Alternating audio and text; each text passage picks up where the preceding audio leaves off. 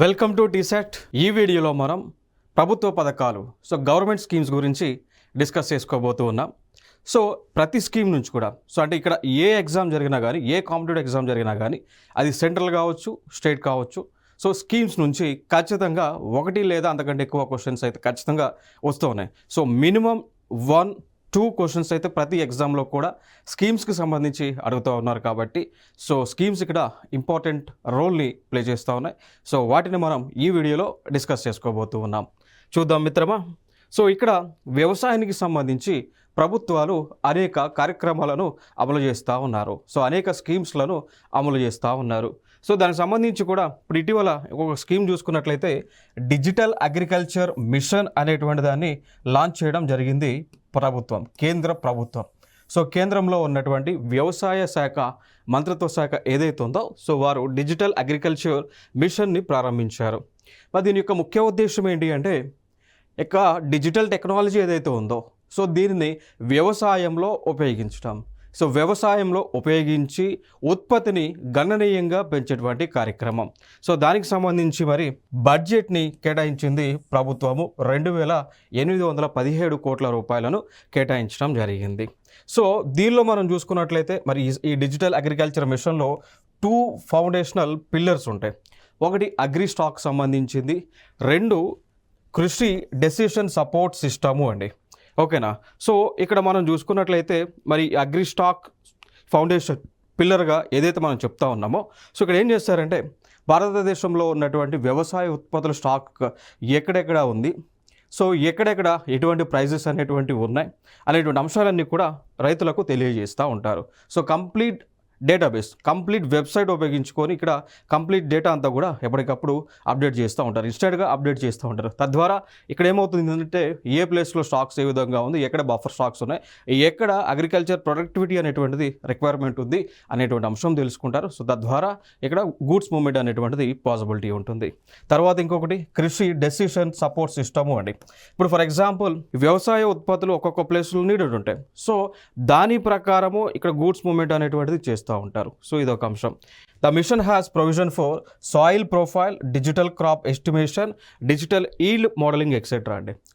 దీనిలో ఏం చేస్తారంటే డిజిటల్ అగ్రికల్చర్ మిషన్లోనే ఇంకొక కాన్సెప్ట్స్ ఏంటి అంటే ఆ నేల యొక్క సాయిల్ ప్రొఫైల్ ఏ విధంగా ఉంది, ఆ సాయిల్ యొక్క ప్రొఫైల్, ఆ సాయిల్లో నైట్రోజన్ ఎంత పర్సెంటేజ్లో ఉంది, ఆ సాయిల్లో ఏం చేస్తారు అండి నైట్రోజన్ అనేటువంటిది ఎంత ఉంది, ఫాస్ఫరస్ అనేటువంటిది ఎంత ఉంది, పొటాష్ అనేటువంటిది ఎంత ఉంది, మిగిలినటువంటి మైక్రో న్యూట్రియంట్స్ అనేటువంటివి జింక్ ఎంత ఉంది, మ్యాంగనీస్ ఎంత ఉంది అనేటువంటి ఇన్ఫర్మేషన్ అంతా కూడా తెలుసుకోవటం జరుగుతుంది. తెలుసుకొని దీన్ని ఆన్లైన్ చేస్తారు. దాని తర్వాత అనాలిసిస్ చేసి ఆ సాయిల్లో ఎటువంటి ఎరువులను యూస్ చేయాల్సి ఉంటుంది, ఎటువంటి పెస్టిసైడ్స్ని యూస్ చేయాల్సి ఉంటుందని సజెస్ట్ చేస్తారు రైతులకు. తద్వారా ఏం జరుగుతుంది అంటే అగ్రికల్చర్ ప్రొడక్టివిటీ అనేటువంటిది పెరుగుతుంది. దాని తర్వాత డిజిటల్ క్రాప్ ఎస్టిమేషన్ వేస్తారండి. శాటిలైట్స్ ఏవైతే ఉన్నాయో శాటిలైట్స్ ద్వారా ఉపగ్రహాల ద్వారా ఈ పంట పొలాలకు సంబంధించినటువంటి ఇన్ఫర్మేషన్ని సేకరించి దాన్ని అనాలిసిస్ చేస్తారు. ఏ ప్రాంతంలో ఎటువంటి పంటలను పండిస్తూ ఉన్నారు, ఆ పంట యొక్క దిగుబడి ఏ విధంగా ఉండబోతా ఉంది అని ఎస్టిమేషన్ చేస్తారు. చేసిన తర్వాత దానికి తగ్గట్టుగా గోడౌన్స్ని ఏర్పాటు చేసుకోవటము, కోల్డ్ స్టోరేజ్ని ఏర్పాటు చేసుకోవటము, ఇవన్నీ కూడా ప్రభుత్వము చేస్తూ ఉంటుంది. దాని తర్వాత దాంతోపాటు కొనుగోలు కేంద్రాలను కూడా ఏర్పాటు చేస్తారు ముందుగానే రైతులకు నష్టం లేకుండా. దాని తర్వాత డిజిటల్ ఈల్డ్ మోడలింగ్, లైక్ ఆ ప్రొడక్టివిటీ లెవెల్, ఉత్పాదన అనేటువంటిది ఎంత మేర ఉండబోతా ఉంది అనేటువంటివి తెలుసుకుంటారు అండి. ఇంకొక స్కీమ్ లాంచ్ చేశారు, అదే crop science for food and nutritional security అండి. ఓకేనా. Crop science for food and nutritional security అనేటువంటి ఒక స్కీమ్ని లాంచ్ చేయడం జరిగింది కేంద్ర ప్రభుత్వము. మరి దీంట్లో ఏం చేస్తారు అంటే will prepare farmers for climate resilience and provide for food security by 2047 అండి. ఓకేనా. ఈ crop science for food and nutritional security ద్వారా ఏం చేయబోతా ఉన్నారు అంటే రీసెర్చ్ చేయబోతా ఉన్నారు. ఎటువంటి పంటలు పండించాలి, ఆ పంటల ద్వారా వచ్చేటువంటి న్యూట్రిషనల్ వాల్యూస్ ఏమని అనేటువంటి అంశాలన్నీ కూడా తెలియజేయడం జరుగుతుంది. దీనికోసం ఆ ఫండ్ కేటాయించింది 3,979 కోట్ల రూపాయలను కేటాయించడం జరిగింది.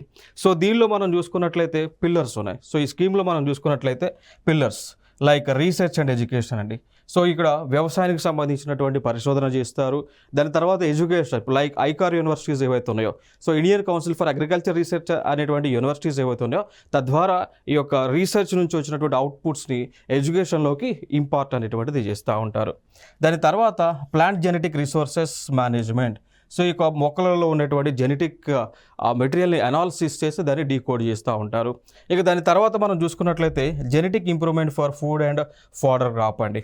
ఓకేనా. సో లైక్ మనం చూస్తూ ఉంటాం కొన్ని ప్రోడక్ట్స్కి ఆ జీన్స్ వాటి బై డిఫాల్ట్ ఉన్నటువంటి జీన్స్ ఏవైతే ఉన్నాయో దాన్ని ఆల్టర్ చేసి కొత్త ప్రోడక్ట్స్ని ఉత్పత్తి చేస్తూ ఉంటారు. ఇప్పుడు ఫర్ ఎగ్జాంపుల్గా మనం చూసుకున్నట్లయితే స్వీట్ కార్న్ అనేటువంటిది మార్కెట్లో మనం చూస్తూ ఉన్నాం. గతంలో స్వీట్ కార్న్ అనేటువంటిది మార్కెట్లో లేదు, సో పండించేవాళ్ళు కాదు. సో ఇక్కడ రీసెర్చ్ చేసి ఇక్కడ సైంటిస్టులు ఏం చేశారు అంటే కార్న్లో ఉన్నటువంటి రెగ్యులర్ జీన్ ఏదైతే ఉందో దాన్ని ఆల్టర్ చేసి దాన్ని స్వీట్ కార్న్గా మార్చడం జరిగింది. సో ఆ ప్రొడక్టివిటీ అనేటువంటిది చేస్తూ ఉన్నారు. అదొక అంశం. Next pulse and oil seed crop improvement అండి. సో ఇదే స్కీమ్ ద్వారా ఏం చేయబోతా ఉన్నారు అంటే ఇప్పుడు పల్సెస్ పప్పు ధాన్యాలు ఏవైతే ఉన్నాయో దాంతోపాటు ఆయిల్ సీడ్స్ అంటాం, నూనె గింజలు ఏవైతే ఉన్నాయో వాటి యొక్క ప్రొడక్టివిటీని పెంచేటువంటి కార్యక్రమాన్ని చేయబోతా ఉన్నారు. దాని తర్వాత ఇంప్రూవ్మెంట్ ఆఫ్ కమర్షియల్ క్రాప్స్ అండి. ఏవైతే మనకి commercial point of view use చేసే క్రాప్స్ ఏవైతే ఉంటాయో ఫర్ ఎగ్జాంపుల్గా తీసుకుంటే షుగర్ కేన్ కానీ షుగర్ ఉత్పాదన కోసం, jute fibre like gunny bags తయారు చేయడానికి, అట్లా కమర్షియల్ క్రాప్స్ని కూడా పెంచేటువంటి కార్యక్రమాలు ఈ యొక్క crop science for food and nutritional security ద్వారా చేస్తూ ఉన్నారు. Research on insects, microbes and pollinators అండి. సో దాని తర్వాత ఏవైతే క్రిములు కానీ కీటకాలు కానీ ఏవైతే పంటను నాశనం చేస్తూ ఉన్నాయో వాటిపైన ఇక్కడ రీసెర్చ్ అనేటువంటిది చేసి ఇక్కడ ఏం చేస్తారు అండి దానికి సంబంధించి ఎటువంటి పెస్టిసైడ్స్ అనేటువంటివి తయారు చేస్తూ ఉంటారు. సో ఇదంతా కూడా ఏ స్కీమ్కి సంబంధించింది? Crop science for food and nutritional సెక్యూరిటీకి సంబంధించిన అంశాలు. ఇంకా దాని తర్వాత మనం చూసుకుంటే ఇంకొక స్కీమ్ ఉంటుంది, దాన్నే strengthening agriculture education management and social science అని మనం చెప్తూ ఉంటాము. సో ఇక్కడ దీనికి సంబంధించినటువంటి బడ్జెట్ ఎంత కేటాయించారు అంటే 2291 కోట్ల రూపాయలను కేటాయించడం జరిగింది అండి. సో ఈ బడ్జెట్ ద్వారా ఈ స్కీమ్ కింద ఏం చేస్తారు అంటే ఎవరైతే విద్యార్థులు ఇప్పుడు ఫర్ ఎగ్జాంపుల్ మన ఇండియాలో అగ్రికల్చర్ సంబంధించినటువంటివి ఐకార్ అనేటువంటి ఒక సంస్థ ఉంటుంది, Indian council for agriculture research అంటాం, ఐకార్ అంటాం.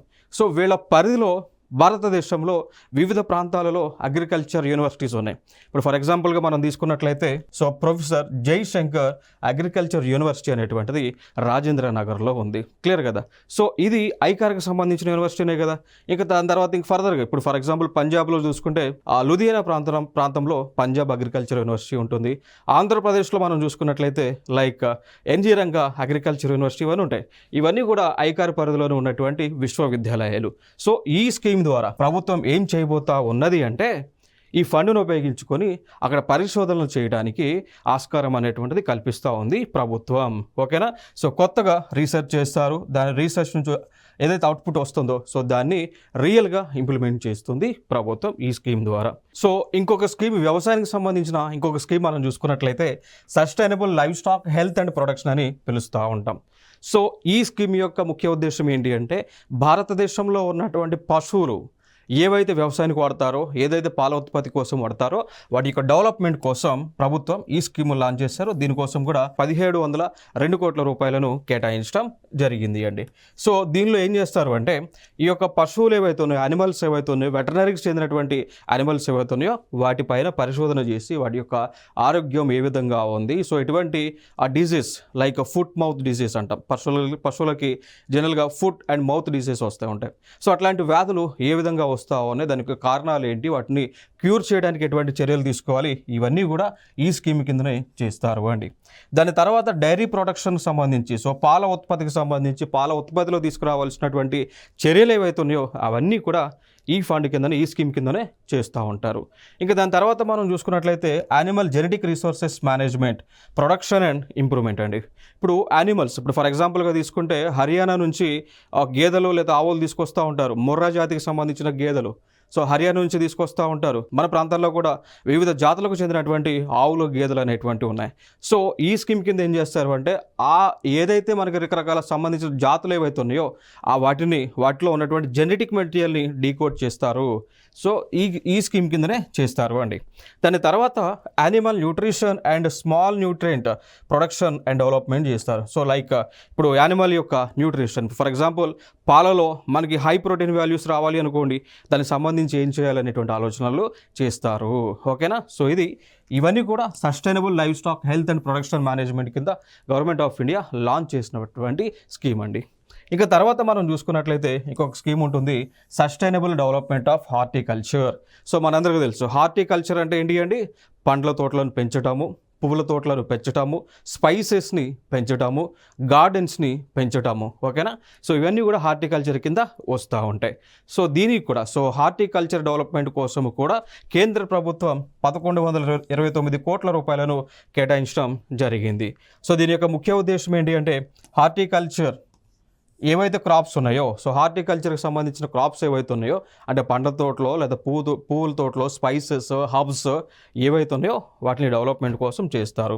ఇంకా ఫర్ ఎగ్జాంపుల్గా తీసుకుంటే జనరల్గా మనకి ఎక్కువగా ఈ రబ్బర్ అనేటువంటిది ఎక్కువగా పండిస్తూ ఉంటారు. రబ్బర్ కానీ బ్యాంబోస్ కానీ మిగిలినటువంటి క్రాప్స్ యొక్క డెవలప్మెంట్ ఈ స్కీమ్ కింద చేస్తారు అంది. దాని తర్వాత వెజిటేబుల్ కూరగాయలు పండించేటువంటిది కూడా మనకి హార్టికల్చర్ పరిధిలోకే వస్తూ ఉంటుంది. సో వెజిటేబుల్స్ కానీ ఈవెన్ మష్రూమ్స్ కానీ, దాని తర్వాత మెడిసిన్స్కి సంబంధించినటువంటి మెడిసినల్ ప్లాంట్స్ కానీ, అరోమాటిక్ ప్లాంట్స్ కానీ, స్పైసెస్ కానీ, చిన్న చిన్న ప్లాంటేషన్ మొక్కలు లైక్ ఇవన్నీ కూడా హార్టికల్చర్ పరిధిలోకి వస్తాయి. సో ఇట్లా డెవలప్మెంట్ చేయడానికి ప్రభుత్వం తీసుకొచ్చినటువంటి పథకమే సస్టైనబుల్ డెవలప్మెంట్ ఫర్ అగ్రికల్చర్ అనేటువంటిది. దాని తర్వాత ఇంకొక స్కీమ్ ఉంది, strengthening of Krishi Vigyan Kendras with an outlay of 1202 crores అండి. సో ఇక్కడ మన భారతదేశంలో చూసుకున్నట్లయితే వివిధ ప్రాంతాలలో కృషి విజ్ఞాన కేంద్రాస్ కేవీకేస్ అనేటువంటివి కేంద్ర ప్రభుత్వం ఏర్పాటు చేయడం జరిగింది. సో ఈ కేంద్ర ప్రభుత్వం ఏర్పాటు చేసినటువంటి కృషి విజ్ఞాన కేంద్రాస్లో ఏం చేస్తారు అంటే రైతులకు సంబంధించి ఎట్లా డెవలప్మెంట్స్ తీసుకురావాలి, ఎటువంటి పంటలను పండించాలని వీరు అవేర్నెస్ క్యాంప్స్ పెడుతూ రైతులకు సజెషన్స్ అనేటువంటివి చేస్తూ ఉంటారు. ఓకేనా. సో వీళ్ళు గ్రామీణ ప్రాంతాల్లో సెంటర్స్ని ఏర్పాటు చేసుకోవడం జరిగింది. ఇప్పుడు ప్రభుత్వం ఏం చేసింది, వీటిని ఇంకా డెవలప్మెంట్ చేయబోతూ ఉంది. దాని తర్వాత ఇంకొక అంశం మనం చూస్తే national natural resource management with an outlay of 1115 crores అండి. సో న్యాచురల్ రిసోర్సెస్ సంబంధించి సహజ వనరులను అభివృద్ధి చేయడానికి కూడా ప్రభుత్వము ఇక్కడ మనకి అదే యొక్క సహజ వనరుల యొక్క మేనేజ్మెంట్ కోసం కూడా ప్రభుత్వము 1115 కోట్ల రూపాయలను కేటాయించడం జరిగింది. సో ఇవన్నీ కూడా రీసెంట్గా వ్యవసాయానికి సంబంధించి రైతుల కోసం ప్రభుత్వం లాంచ్ చేసినటువంటి పథకాలు. సో ఇవి కాకుండా ప్రొమినెంట్ స్కీమ్స్ ఉన్నాయి. లైక్ మనం చూసుకున్నట్లయితే ప్రధానమంత్రి కిసాన్ అనేటువంటి ఒక ఇంపార్టెంట్ స్కీమ్ అయితే ఉన్నది. క్లియర్ కదా. సో దీని యొక్క ఫుల్ ఫామ్ కూడా మనకి చాలా ఇంపార్టెంట్, నేర్చుకోవాలి. సో పిఎం అంటే జనరల్గా బై డిఫాల్ట్ ప్రధానమంత్రి, కిసాన్ అంటే దీని యొక్క ఫుల్ ఫామ్ చూస్తే కిసాన్, కేఐలో కిసాన్, ఎస్ అంటే సమ్మాన్, ఎస్ అంటే సమ్మాన్, ఎన్ అంటే నిధి అండి. ఓకేనా. సో కేంద్ర ప్రభుత్వము మినిస్ట్రీ ఆఫ్ అగ్రికల్చర్ ద్వారా కేంద్ర ప్రభుత్వం ప్రతి సంవత్సరము కూడా రైతులకు 3 విడతలలో 6,000 రూపాయలను ఇస్తూ ఉంది అండి. సో ఈ 3 విడతలలో సో ఒక్కొక్క విడతలో 2,000 రూపాయల లెక్క. సో 2000 2000 2000 2000 సో ఈ విధంగా సో కేంద్ర ప్రభుత్వం రైతులకు, భారతదేశంలో ఉన్నటువంటి రైతులందరికీ కూడా ఎవరికైతే పట్టాలు కలిగి ఉంటాయో సో వారందరికీ కూడా ప్రతి సంవత్సరం 6,000 రూపాయలు 3 విడతలలో ఇస్తూ ఉన్నారు. 2,000 2,000 2,000 ఫర్ ఎగ్జాంపుల్గా తీసుకుంటే ఈ 2,000 వచ్చేసి మే నెలలో ఇస్తూ ఉన్నారండి. సో ఎప్పుడైతే మనకి ఖరీఫ్ సీజన్ అనేటువంటిది స్టార్ట్ అవుతుందో భారతదేశంలో ఆ టైంలో 2,000 ఇస్తూ ఉంది కేంద్ర ప్రభుత్వం.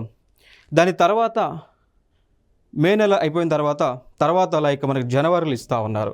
సో జనవరిలో 2,000 రూపాయలను ఇస్తూ ఉన్నారు. దాని తర్వాత ఇది కొంచెం అటు ఇటుగా అవుతూ ఉంటుంది. మార్చ్ ఆ టైంలో మిగిలినటువంటి డబ్బులను ఇస్తూ ఉన్నారు. సో ఇక్కడ ఈ 2000 మేలో కానీ జూన్లో కానీ కేంద్ర ప్రభుత్వం ఇస్తూ ఉంది అండి. ఓకేనా. సో ఈ విధంగా అయితే ఇస్తూ ఉన్నారు. సో దీనికి తోడు రాష్ట్ర ప్రభుత్వాలు అడిషనల్గా కొంత అమౌంట్ ఇస్తూ ఉన్నారు. ఓకేనా. సో రాష్ట్ర ప్రభుత్వాలు రైతు భరోసానో లేకపోతే ఇంకొక పేర్లతో వివిధ రాష్ట్రాల్లో లైక్ ఒడిశాలో కలి అనేటువంటి పేరుతో ఈ అమౌంట్కి అడిషనల్గా కొంత అమౌంట్ని అయితే ఇస్తూ ఉన్నారు. ఓకేనా. సో ఇది ఇక్కడ ఇంపార్టెంట్ అయినటువంటి అంశాలు. ఇక దాని తర్వాత ఇంకొక స్కీమ్ మనం చూసుకున్నట్లయితే ఉన్నతి 2024 అనేటువంటి స్కీమ్ అండి, కేంద్ర ప్రభుత్వం లాంచ్ చేయడం జరిగింది. సో ఈ స్కీమ్ యొక్క ముఖ్య ఉద్దేశంలోకి వెళ్లే ముందు స్కీమ్ యొక్క ఫుల్ ఫామ్ చూస్తే మనకి ఆ స్కీమ్ యొక్క ముఖ్య ఉద్దేశం అర్థమవుతుంది. చూడండి ఇక్కడ. So Uttar Purva transformative industrialization scheme. So Uttar Purva, so it related to north east, ఈశాన్య రాష్ట్రాలకు సంబంధించినటువంటి ఇండస్ట్రియలైజేషన్ స్కీమ్ అండి. ఓకేనా. సో ఇది కేంద్ర ప్రభుత్వం లాంచ్ చేయడం జరిగింది. సో ఇది 2024 నుంచి దాదాపు 2034 వరకు కూడా ఈ స్కీమ్కి సంబంధించి ఇంప్లిమెంటేషన్ జరుగుతూ ఉంటుంది భారతదేశంలో ఈశాన్య రాష్ట్రాలు అనగా అస్సాము, మణిపూరు, మిజోరాము, త్రిపుర లాంటి రాష్ట్రాలలో. ఓకేనా. సో మయన్మార్ అనేటువంటిది ఇంకొక దేశం, మన పక్కనే ఉన్నటువంటి దేశం. ఓకే. సో ఇక్కడ ఈశాన్య రాష్ట్రాలపైన ఫోకస్ చేసి ఈ స్కీమ్ని కేంద్ర ప్రభుత్వం లాంచ్ చేయడం జరిగింది. ఇది ఒక ఇంపార్టెంట్ ఇన్ఫర్మేషన్ ఇక్కడ. So for the development of industries and generation of employment అండి. సో ఆటోమేటిక్గా ఇండస్ట్రీస్ పెట్టారు అనుకోండి, ఏమవుతుంది, ఎంప్లాయ్మెంట్ జరుగుతుంది కదా. సో అది ముఖ్య ఉద్దేశం ఇక్కడ. సో ఈ స్కీమ్ అనేటువంటిది లైక్ మనకి 31/3/2034 వరకు కూడా ఇంప్లిమెంటేషన్లో ఉంటుంది. ఇప్పుడు ఇక్కడ ఏమన్నారు, పైన ఏమన్నారు, 10 years వరకు కదా. 2024లో లాంచ్ చేశారు కాబట్టి 2034 వరకే కూడా ఈ స్కీమ్ అనేటువంటిది ఇంప్లిమెంటేషన్లో ఉంటుంది. మరి దీనికి కాను బడ్జెట్ మనం చూసుకున్నట్లయితే, సో దీనికి కాను బడ్జెట్ని 10,037 కోట్ల రూపాయలను శాంక్షన్ చేయడం జరిగింది కేంద్ర ప్రభుత్వము అండి. సో దీని ద్వారా ఏం చేస్తారు అంటే, ఇక్కడ ఈశాన్య రాష్ట్రాలలో వివిధ ప్లేసెస్లో ఇండస్ట్రీస్ని ఏర్పాటు చేస్తారు. సో ఆ ఇండస్ట్రీస్ అనేటువంటివి ఏర్పాటు చేయడానికి కావాల్సినటువంటి సాంకేతిక టెక్నాలజీ అంతా కూడా ప్రభుత్వం అందిస్తుంది. స్కిల్ని కూడా సెంటర్స్ ద్వారా ప్రభుత్వం ఏర్పాటు చేసినటువంటి డిస్ట్రిక్ట్ స్కిల్ సెంటర్స్ ద్వారా ఇక్కడ ఎవరైతే ఎంప్లాయ్మెంట్ కోసం ఉంటారో వారికి ఇస్తూ ఉంటారు అండి. ఓకేనా. సో ఇది మెయిన్ ఎజెండా. సో కంప్లీట్గా ఈ స్కీమ్ యొక్క ముఖ్య ఉద్దేశం ఏంటి అంటే, ఉన్నతి అనేటువంటి స్కీమ్ యొక్క ముఖ్య ఉద్దేశం ఏంటి అంటే, ఈశాన్య రాష్ట్రాలు ఏవైతే ఉన్నాయో ఆ రాష్ట్రాలలో డెవలప్మెంట్ అనేటువంటిది తీసుకురావడం. దేని ద్వారా? ఇండస్ట్రీస్ ద్వారా. సో ఇండస్ట్రీస్ ఏర్పాటు చేస్తే ఆటోమేటిక్గా ఎంప్లాయ్మెంట్ ఉంటుంది కాబట్టి ఆటోమేటిక్గా ఇట్స్ రిలేటెడ్ టు డెవలప్మెంట్ కాబట్టి. ఓకే. సో ఇదొక ఇన్ఫర్మేషన్ ఇక్కడ. నెక్స్ట్ ఫర్దర్గా చూసుకున్నట్లయితే ఇక్కడ కొన్ని రిబేట్స్ అనేటువంటివి కేంద్ర ప్రభుత్వం ఇస్తూ ఉన్నారు. లైక్ ఇట్ ఈస్ జిఎస్టీ అని, జిఎస్టీకి నాట్ అప్లికబుల్ అని చెప్పేసి ఇక్కడ కొన్ని క్లాసిఫికేషన్ అయితే ఇచ్చారు. But these are not much important as of now. Okay. So దాని తర్వాత మనం చూసుకుంటే ఇంకొక స్కీమ్ అండి, కీర్తి అనేటువంటి ప్రోగ్రామ్. సో దీని ఫుల్ ఫామ్ చూస్తే మనకు అర్థమవుతుంది. సో కీర్తి అంటే Khelo India rising talent identification అంటాం ప్రోగ్రామ్ 2024.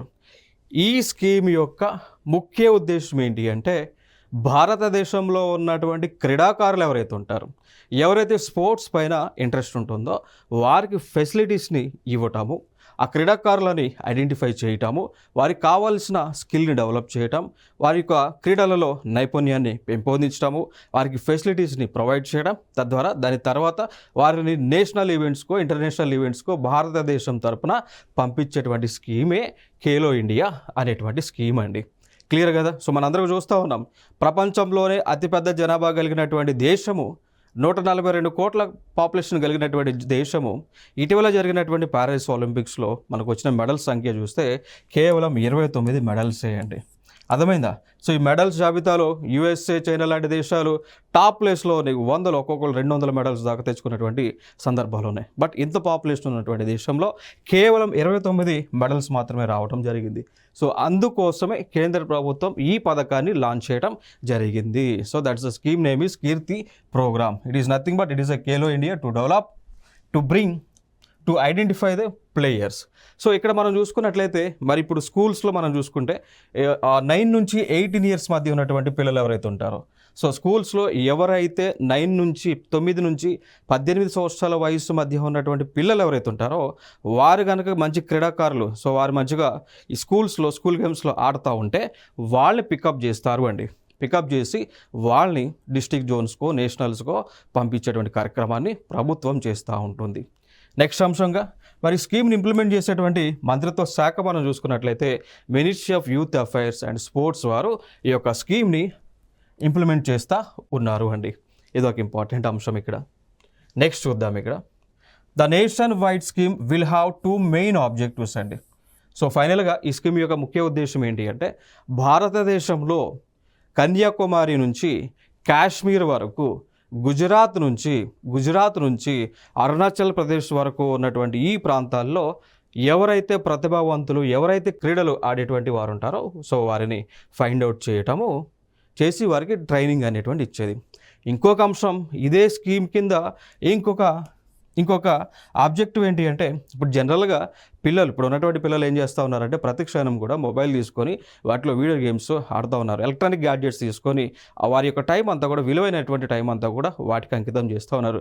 తద్వారా ఏం జరుగుతుంది అంటే వారికి బాడీకి ఎటువంటి శ్రమ ఉండటం లేదు, ఎక్సర్సైజ్ లేదు, లేనందువల్ల ఫిట్నెస్ అనేటువంటిది ఉండటం లేదు. తద్వారా ఆ ఫిట్నెస్ అనేటువంటిది లేకపోవడం ద్వారా వారు ఏం చేస్తారు, వారి యొక్క మైండ్ డెవలప్మెంట్ అనేటువంటిది, మెచ్యూరిటీ లెవెల్స్ అనేటువంటివి చాలా తక్కువగా ఉంటున్నాయి. క్రమేపీ వారు ఏమవుతున్నారంటే లైక్ డిప్రెషన్కి గురవుతూ ఉన్నారు, స్ట్రెస్కి గురవుతూ ఉన్నారు. కొందరు లోన్లీనెస్ ఫీలింగ్ ఉండటం వల్ల డ్రగ్స్కో వీటికో అలవాటు అవుతున్నారు. సో అట్లా అవి జరగకుండా లాంచ్ చేసినటువంటి ప్రోగ్రామే ఈ ఖేలో ఇండియా అనేటువంటి ప్రోగ్రామ్ అండి. నెక్స్ట్ అంశం ఇంకొక స్కీమ్. సో ప్రధానమంత్రి అనుసూచిత్ జాతి అభ్యుదయ యోజన, వెరీ ఇంపార్టెంట్ స్కీమ్ ఇది. రీసెంట్గా జరిగినటువంటి టీజీపీఎస్సీ ఎగ్జామ్స్లో అడిగారు అండి.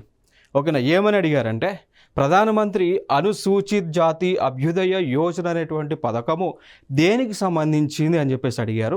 క్రింద ఇచ్చినటువంటి ఆప్షన్స్లో వివిధ ఆప్షన్స్ ఇచ్చారు అండి. సో ఫైనల్గా దాంట్లో ఆప్షన్స్లో చూస్తే షెడ్యూల్ కాస్ట్ అని, సో ఎస్సీ కమ్యూనిటీస్ని డెవలప్ చేయడానికి లాంచ్ చేసినటువంటి పథకం ఇది. సో టీజీపీఎస్సీ ఇటీవల నిర్వహించినటువంటి ప్రిలిమ్స్ ఎగ్జామ్లో దీనిపైన క్వశ్చన్ రావడం జరిగింది. అందుకోసం ఇది వెరీ ఇంపార్టెంట్ స్కీమ్. ఓకేనా, సో చూద్దాం ఇక్కడ.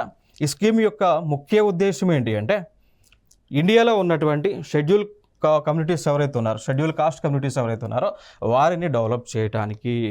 సో ఇక్కడ మరి స్కీమ్ అనేటువంటిది ఏదైతే లాంచ్ చేస్తున్నారో సో దీనిలో కొన్ని స్కీమ్స్ని మెర్జ్ చేశారు. ఇప్పుడు ఫర్ ఎగ్జాంపుల్గా తీసుకుంటే ప్రధానమంత్రి ఆదర్శ గ్రామ యోజన అనేటువంటి స్కీమ్ ఉంటుంది.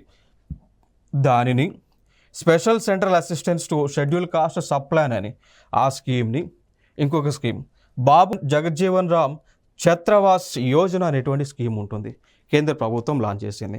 సో ఈ 3 స్కీమ్స్ని కలిపేసి ఒకే స్కీమ్గా పెట్టారు, ప్రధానమంత్రి అనుసూచిత్ జాతి అభ్యుదయ యోజన అనేటువంటి పేరుతో అండి. ఓకేనా, సో అంతకుముందు ఎస్సీ ఎస్టీ సబ్ ప్లాన్ కింద లోన్స్ ఇస్తూ ఉండేవాళ్ళ, సో ఆ స్కీమ్ని కూడా ఇక్కడ మెర్జ్ చేశారు దీంట్లో. ఓకేనా, సో ఈ స్కీమ్ని అమలు చేస్తున్నటువంటి మంత్రిత్వ శాఖ ministry of social justice and empowerment. Okay, so వారే స్కీమ్ని అమలు చేస్తూ ఉన్నారు. నెక్స్ట్ అంశం చూసుకున్నట్లయితే ఇంకొక స్కీమ్ అండి, మిషన్ ఉత్కర్ష్ అనేటువంటి స్కీము. ఇది దేనికి సంబంధించింది అంటే ఎనీమియాకి వ్యతిరేకంగా లాంచ్ చేసినటువంటి స్కీమ్ అండి. ఓకేనా, సో ఎనీమియాకి వ్యతిరేకంగా లాంచ్ చేసినటువంటి స్కీమే అండి. ఇప్పుడు జనరల్గా ఇక్కడ ఏమవుతుంది అంటే ఎవరైతే ఇప్పుడు ఆడపిల్లలు ఉంటారో సో అంటే లైక్ పబర్టీ ఏజ్, అంటే లైక్ మెన్స్ట్రువల్ సైకిల్ స్టార్ట్ అయిన టైంలో we know that it is a biological phenomena, every month they get some bleeding. Okay, so ప్రతి నెల కూడా బ్లీడింగ్ అవుతూ ఉంటుంది. దాని ద్వారా ఆడపిల్లలకు బ్లడ్ అనేటువంటిది లాస్ అవుతూ ఉంటుంది ప్రతి నెల కూడా. సో ఎప్పుడైతే బాడీలో బ్లడ్ అనేటువంటిది లాస్ అవుతుందో ఆ బాడీలో ఐరన్ డెఫిషియన్సీ వస్తూ ఉంటుందండి. అర్థమైందా?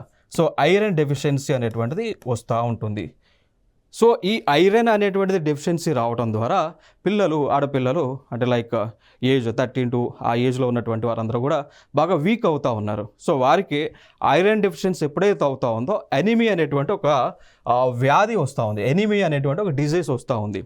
సో ఇది కామన్గా వచ్చేటటువంటి డిజీజే, అది it's not a horrible disease. Okay, so blood loss అవ్వడం ద్వారా, బ్లడ్లో ఉన్న ఐరన్ కంటెంట్ పోవడం ద్వారా ఎనీమియా అనేటువంటి వ్యాధి వస్తూ ఉంది. ఓకేనా, వీక్ అవుతూ ఉన్నారు. సో దానికి అగెనిస్ట్గానే కేంద్ర ప్రభుత్వం ఏం చేసింది అంటే మిషన్ ఉత్కర్ష్ అనేటువంటి ఒక స్కీమ్ని లాంచ్ చేయడం జరిగింది. ఓకేనా, సో ఇదొక ఇంపార్టెంట్ అంశం. సో దీనికి సంబంధించి ఏం చేస్తారు అంటే ఆడపిల్లలకు ఐరన్ ట్యాబ్లెట్స్ని, ఫాలిక్ యాసిడ్ ట్యాబ్లెట్స్ని, విటమిన్ ట్యాబ్లెట్స్ని, డీవార్మింగ్ ట్యాబ్లెట్స్ని ప్రభుత్వం ఉచితంగా పాఠశాలల్లో అందిస్తూ ఉంది అండి. ఓకేనా, సో ఇది ఇంపార్టెంట్ అంశం. నెక్స్ట్ అంశంగా మనం చూసుకున్నట్లయితే ఈ స్కీమ్లోనే ఏం చేస్తూ ఉన్నారు అంటే వివిధ ప్లేసెస్లో లైక్ ఆస్పిరేషనల్ డిస్ట్రిక్ట్స్ ఏవైతే ఉన్నాయో సో లైక్ మన భారతదేశంలో దాదాపు ఈ ఆస్పిరేషనల్ డిస్ట్రిక్ట్స్ ఏవైతే ఉన్నాయో సో వాటిల్లో ఏం చేస్తూ ఉన్నారు, ఈ యొక్క ముందుగా పైలట్ ప్రాజెక్ట్ కింద ఈ యొక్క మిషన్ ఉత్కర్ష అనేటువంటి ఆ ప్రోగ్రామ్ లాంచ్ చేసి వాళ్ళందరికీ కూడా కావాల్సినటువంటి ఆ మెడికల్ ట్రీట్మెంట్ అనేటువంటిది ప్రభుత్వం ఇస్తూ ఉంది. సో ఇనిషియల్గా మనం చూసుకున్నట్లయితే అస్సాము, ఛత్తీస్గఢ్, జార్ఖండ్, మహారాష్ట్ర, రాజస్థాన్ లాంటి ప్రాంతాలలో ఈ యొక్క స్కీమ్ని లాంచ్ చేయడం జరిగింది. ఇక దాని తర్వాత చూసుకున్నట్లయితే ఇంకొక స్కీమ్ ఉంటుంది, జన్మన్ అనేటువంటి ఒక స్కీమ్ అండి. ప్రధానమంత్రి జన్జాతి ఆదివాసీ న్యాయ మహా అభియాన్ అనేటువంటి స్కీమ్. సో ఈ స్కీమ్ యొక్క ముఖ్య ఉద్దేశం ఏంటి అంటే భారతదేశంలో ఉన్నటువంటి పర్టికులర్లీ వల్నరబుల్ ట్రైబల్ గ్రూప్స్ ఎవరైతే ఉన్నారో వారి డెవలప్మెంట్ కోసం లాంచ్ చేసినటువంటి స్కీమ్ అండి. ఓకేనా? సో వారి డెవలప్మెంట్ కోసం లాంచ్ చేసినటువంటి స్కీమ్. సో మనందరికీ తెలుసు ఈ పర్టికులర్లీ వల్నరబుల్ ట్రైబల్ గ్రూప్స్ అంటే ఇక్కడ షెడ్యూల్ కాస్ట్లోనే లైక్ ఇంకా బ్యాక్వర్డ్ ఉన్నటువంటి వారు. సో వారి డెవలప్మెంట్ కోసం ప్రత్యేకంగా ప్రభుత్వము జన్మన్ అనేటువంటి ఒక పథకాన్ని లాంచ్ చేయడం జరిగింది. సో ఈ స్కీమ్ ద్వారా దాదాపు 28 లక్షల మంది బెనిఫిట్ అవబోతూ ఉన్నారు. సో ఇల్లు లేనటువంటి వారికి ఇల్లు ఇస్తారు. ఎవరైనా నార్మల్ హ్యాబిటేషన్స్లోకి వస్తే అంటే ఇప్పుడు మనం ఎక్కడైతే నివసిస్తూ ఉన్నామో మనతో కలిసి నివసించడానికి ఎవరైనా ఇంట్రెస్ట్ చూపిస్తే వారికి రీలొకేషన్ చేస్తూ ఉంటారు, ఫెసిలిటీస్ని ప్రొవైడ్ చేస్తారు ఈ స్కీమ్ ద్వారా. దాంతోపాటు వారికి ఎడ్యుకేషన్ చూడవచ్చు, మనం హెల్త్ కేర్ కానీ, ఎడ్యుకేషన్ కానీ, కనెక్టివిటీ కానీ, ఇన్ఫ్రాస్ట్రక్చర్ కానీ, హౌస్లు కట్టించడం కానీ ఈ కార్యక్రమాలన్నీ కూడా స్కీమ్ కింద చేస్తారు. ఇంప్లిమెంట్ చేసేటువంటి మినిస్ట్రీ ఆఫ్ ట్రైబల్ అఫైర్స్ అండి. ఓకేనా? సో ఇది ఇక్కడ ఇంపార్టెంట్ ఇన్ఫర్మేషన్. ఇంకా దాని తర్వాత చూసుకున్నట్లయితే ఇంకొక స్కీమ్ ఉంటుంది, రాష్ట్రీయ ఉద్యమిత వికాస్ పరియోజన అండి. మరి ఈ స్కీమ్ యొక్క ఉద్దేశం ఏంటి అంటే ఇక్కడ ట్రైనింగ్ ఇస్తారండి. సో ఆ ట్రైనింగ్ ఏంటి అంటే స్కిల్ ట్రైనింగ్ ఇస్తారు. సో దాదాపు 22 వారాల పాటు వారికి స్కిల్ ట్రైనింగ్ అనేటువంటి దాన్ని ఇస్తారు. సో ఇక్కడ మన భారతదేశంలో ఒక మిషన్ ఉంది, దాన్నే అంటాము స్కిల్ ఇండియా మిషన్ అని. సో ఈ స్కిల్ ఇండియా మిషన్ ద్వారా ట్రైనింగ్ ఇస్తారు, బట్టలు తయారు చేయడము, బుట్టలు అల్లడము, మిషన్ కుట్టేటువంటి ఏదైతే ఉందో సో మిషన్ టైలరింగ్ వర్క్, అట్లా లైక్ హ్యాండీక్రాఫ్ట్కి సంబంధించినటువంటి టైపింగ్, కంప్యూటర్కి సంబంధించిన డిటిపి వర్క్, సాఫ్ట్వేర్ డిజైన్, ఇవన్నీ కూడా నేర్పిస్తారు ఈ ప్రోగ్రాం ద్వారా. ఏ ప్రోగ్రాం? రాష్ట్రీయ ఉద్యమిత వికాస్ పరియోజన అనేటువంటి ప్రోగ్రాం ద్వారా అండి. ఇక దాని తర్వాత మనం చూసుకున్నట్లయితే మరి స్కీమ్ యొక్క ముఖ్య ఉద్దేశం ఏంటి అంటే స్కిల్ ట్రైనింగ్ ఇచ్చి స్కిల్ లేనటువంటి వారికి, అన్స్కిల్డ్గా ఉన్నటువంటి వారిని స్కిల్ ప్రొవైడ్ చేసి స్కిల్డ్ వర్క్ ఫోర్స్గా తయారు చేసి వారికి ఎంప్లాయ్మెంట్ క్రియేట్ చేస్తారు. దానితో పాటు వారితోనే కొందరితో చిన్న స్టార్టప్స్ పెట్టించి ఇంకా మిగిలిన వారిని ఎంటర్ప్రెన్యూర్స్గా మార్చి మిగిలినటువంటి వారికి ఎంప్లాయ్మెంట్ని అందించేటువంటి బాధ్యతను తీసుకుంటారు అండి. ఓకేనా? సో మరి ఈ యొక్క పథకాన్ని ఇంప్లిమెంట్ చేస్తున్నది స్కిల్ డెవలప్మెంట్ అండ్ ఎంటర్ప్రెన్యూర్షిప్ మంత్రిత్వ శాఖ వారు ఈ పథకాన్ని అమలు చేస్తూ ఉన్నారు. ఓకేనా? సో ఇవి స్కీమ్స్కి సంబంధించినటువంటి ఇన్ఫర్మేషన్. సో నెక్స్ట్ వీడియోలో మరికొత్త సరికొత్త అంశాలతో మీ ముందుకు రావడం జరుగుతుంది. Thank you so much.